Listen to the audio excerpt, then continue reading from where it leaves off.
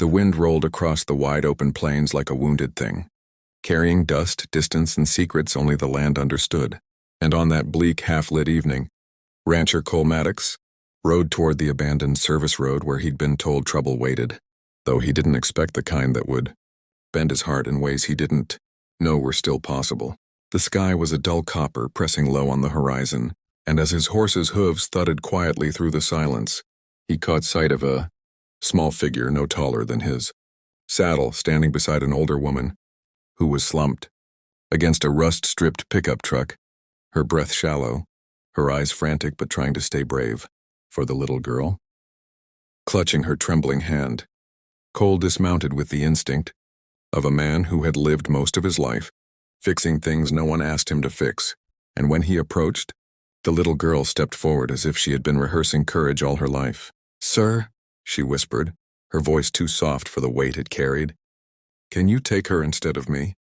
The question hit him like a mailed fist to the chest. The mother stirred weakly, shaking her head, but the girl kept standing there, small, fragile, barefoot, her dress dusty and torn, holding out her tiny hand, willing herself to be traded, sacrificed, exchanged, whatever it meant, as long as her mother survived. Cole didn't understand at first. The world he lived in had its hardships, but this felt like something darker, deeper, the kind of pain that made a child speak like a soldier. "Why would you ever say that?" he asked, his voice a low, stunned rasp, but the little girl swallowed hard and said with a steadiness so unnatural it broke him, "Because I'm lighter, easier to carry, and I don't want Mama to hurt anymore." Her mother tried again to protest, but her body slumped forward and Cole lunged just in time, catching her before she hit the dirt. Her skin was burning with fever, her pulse frantic, and her breathing cracked like dry twigs breaking under weight. "How long has she been sick?" Cole asked. The girl hesitated, eyes glossy but defiant. "A few days, maybe more. We ran out of food. She kept giving me her part. She said she would be fine." Her voice wavered. She wasn't. Cole's jaw tightened. Anger, fear, protectiveness, all twisting together, and for a long moment he said nothing, just staring at the two souls fate had dropped into his path. Then with slow certainty he lifted the mother into his arms, turned to the girl and extended his hand, not saying a word until her tiny fingers clung to him. "I'm taking both," he said at last, quiet but absolute. And with that, he took them home. Sunset bled across Maddox Ranch as Cole carried the mother inside, his boots thudding fast on the wooden floors. Old Mrs. Hargrove, the ranch's longtime housekeeper, gasped but quickly sprang into action, fetching water, cloths, and broth while Cole laid the woman on the guest bed. The little girl hovered in the doorway, wringing her hands until Cole knelt and met her eyes. "You're safe here," he told her, not as comfort but as a promise. She nodded, though fear still clung to her like dust. Cole spent the next hours tending the mother, cooling her fever, giving her water, whispering reassurances even though she barely drifted in and out of consciousness. When she finally slept, the little girl curled into a corner of the couch, shivering not from cold but from exhaustion of a weight no child should carry alone. Cole fetched a blanket, gently draping it over her small shoulders. "What's your name?" he asked softly. "Lila," she murmured. "And your mama?" "Anna." He nodded, storing the names like treasures. That night, while Lila slept with her tiny fists pressed near her chin, Cole went outside to breathe the kind of air that helped a man think. The stars were scattered bright across the sky, but even their beauty couldn't quiet the ache in his chest. He had lived most of his life alone, by choice, by consequence, by habit, and he had told himself he liked it that way. But seeing that child offer herself to save her mother's life had cracked something inside him that would not go back to its old shape. No child should ever think they are replaceable. No child should ever be that brave, or that scared. The following days blurred together in a mixture of healing, rebuilding, and revelations. Anna slowly regained her strength, waking to find herself safe, fed, warm, and watched over by a rancher who barely knew her, but treated her as if she mattered. Lila stayed close to Cole, following him around the ranch like a shadow, with big brown eyes that soaked in everything: his steady way, his protective silence, his occasional soft laugh when she asked questions too big for her age. She helped feed the chickens, held the reins when he saddled the horses, and listened as he told her stories about the ranch, the land and the sky that had raised him. For the first time in years, the old ranch felt alive again. But healing also brought truth.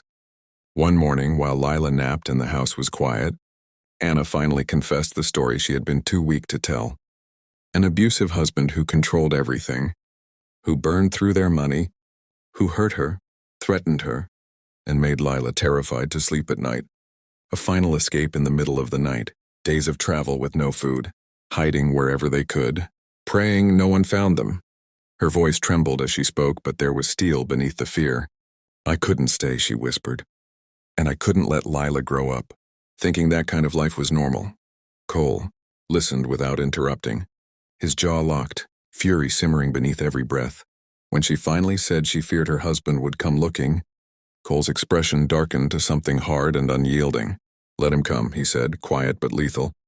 "He won't take either of you." Days turned into weeks. Lila blossomed, laughing, playing, learning the names of the horses and the feel of safety. Anna regained her strength, her smile returning piece by piece. And Cole, a man who had lived his life expecting nothing, suddenly found himself wanting everything he never thought he deserved. A home filled with warmth, laughter drifting down the hall, someone waiting at the table, a little girl running up to him yelling, "Cole! Cole!" with absolute trust. But he kept those feelings quiet, unsure if Anna felt the same or if fate would take them away. That answer came one stormy night. Lightning cracked across the sky as a truck roared up the ranch drive, headlights slicing through rain. Cole heard voices, angry, drunken, desperate, and the shout of a man calling Anna's name. Lila screamed. Anna froze. Their nightmare had found them. Cole stepped out onto the porch, rain soaking through his shirt, his posture tall and unbroken like a wall built from years of endurance. The man stumbled forward, shouting threats, demanding his property, but Cole didn't flinch. He didn't shout. He didn't curse. He simply said, "You're not taking them." The man rushed him, wild with rage, until Cole met him head-on. Not with anger, but with the strength of a man who had finally found something worth protecting with his life. The fight was short, decisive, and when it was over, the sheriff, summoned by Mrs. Hargrove, hauled the man away in handcuffs, shouting curses into the night. Lila clung to Cole's legs, sobbing into his jeans. Anna collapsed into his arms. Cole held both. When dawn broke, peace returned to the ranch like a blessing. Anna, wrapped in a blanket, walked out onto the porch where Cole sat staring at the sunrise. "You saved us," she said softly. "More than once." He shook his head. "You saved yourselves. I just stood in the way." She smiled, small, grateful, real. "You did more than that. You gave Lila a childhood again." Cole turned, meeting her eyes with the quiet ache he'd been holding inside. "And you?" he asked. "What did I give you?" Anna stepped closer. "A home," she whispered. "A chance. A future I never thought I'd have." Lila came running then, her little arms wrapping around both adults at once, and Cole realized that for the first time in his life, he wasn't alone and didn't want to be. By noon, the air smelled of fresh grass and warm sunlight, and the ranch felt like a place reborn. Anna helped Mrs. Hargrove in the kitchen. Lila played with the barn cats, and Cole repaired the fence with a lightness in his chest he hadn't known in years. They stayed. They lived. They healed. And in the quiet growing space between them, something deeper rooted itself: hope, family, belonging, maybe even love. So when evening came and Lila ran up to him with a flower crown she'd made, placing it crookedly on his hat and giggling, Cole lifted her into his arms and whispered, "You're never choosing who gets taken ever again, because you're both staying right here." Her smile lit up the entire ranch. And if you want to see how their journey continues, how love, destiny, and courage shape the life they're building together, don't forget to subscribe to the channel for more powerful, emotional, heart-touching stories that will keep you hooked till the very end.